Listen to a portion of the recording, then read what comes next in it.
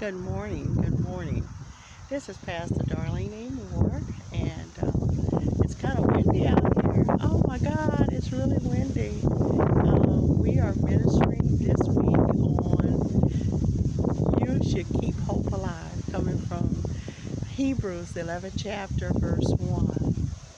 We have established to keep hope alive, you have to believe that you have faith and courage. This week, September 14th, um, some things happened to cause me to reflect back to um, what we call 9/11, 2001.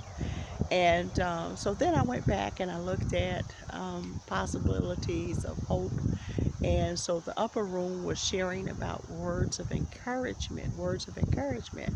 So during COVID and social distance, and they reflected that the day after 9/11, when you know that the planes hit the towers in New York and the Pentagon near miss and the lives that were lost, the next day, so many persons were setting forth courage and encouragement. There was so much loss of life and rubble, but in the midst of the rubble, persons found ways to continue to hope. And here we are, 2020, and so we are ministering on Keep Hope Alive. So we want everybody during COVID, during schools, doing church reopenings, phase 3 for Louisiana, Hurricane Sally and Laura, recovery, census, voting, elections, life, marriages, suicide, drug addictions, to keep hope alive. I'm going to share two stories. One is a true story, and it comes from Mac Lucado's book, and it was about a young man, Mr. Gray, who died in a winter snowstorm, and he was under the bridge. And come to find out, there was no misplay or foul play. He died, but he was a very wealthy man, but he lived as a pauper because he did not tap into his inheritance. He was a descendant of the founder of Las Vegas. You know, that means money, money, money. But the court case from his aunt, his great aunt, who had died in 2011 and he died in 2012, was caught up in court litigation. And here he was, a wealthy man, but living on the streets because he did not tap into or claim his inheritance. But this morning, I want all Christians, all believers, to claim your inheritance. And our inheritance is in Jesus Christ. Yes, Jesus. Jesus has offered us the way. He's offered us healing. He's offered us peace and joy. So regardless of the storms, the situations, the struggles that we go through, there is something that God can offer us, that we would not die, but we would live and have hope and have great courage. So even with 9/11, we had to have great courage. With Mr. Gray, they had to have courage.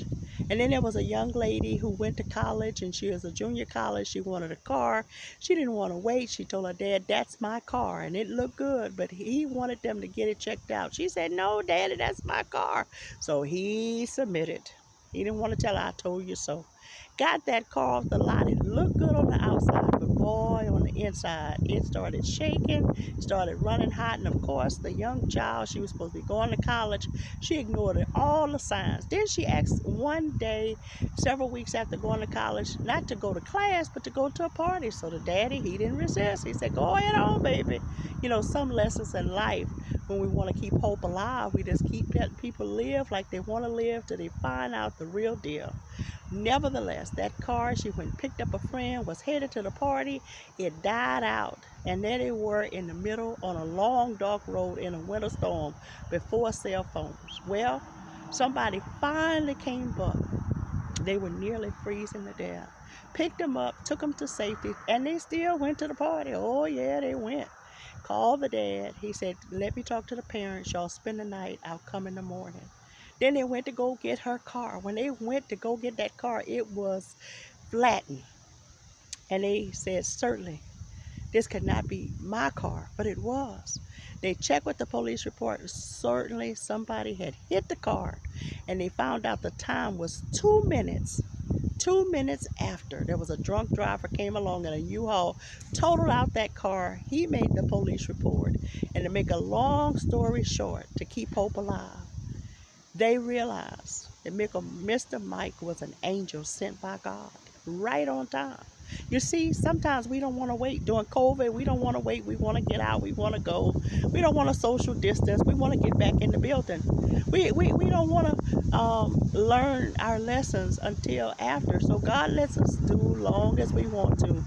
But then God shows up and shows out. He comes to the rescue, or he sends angels, and he sends a message. So this message this morning is for you. Keep hope alive. Keep being encouraged. And sometimes you might have to encourage yourself. So stay in the word, be encouraged, and do the right thing. Know that we all make mistakes, but know we can learn from our mistakes. Know that we all want to try it our way, but God is waiting to be the way, the truth, and the light. And we have a rich inheritance. So don't die and go to hell, but live and go to heaven. You are an heir to the kingdom of God. I am an heir to the kingdom of God. May God bless you and fill you with hope. This is Pastor Darlene A. Moore from St. Peter, Trinity, and Asbury United Methodist Church. And we're on Facebook, Darlene A. Moore. Check us out. Showers of blessing. Bye-bye.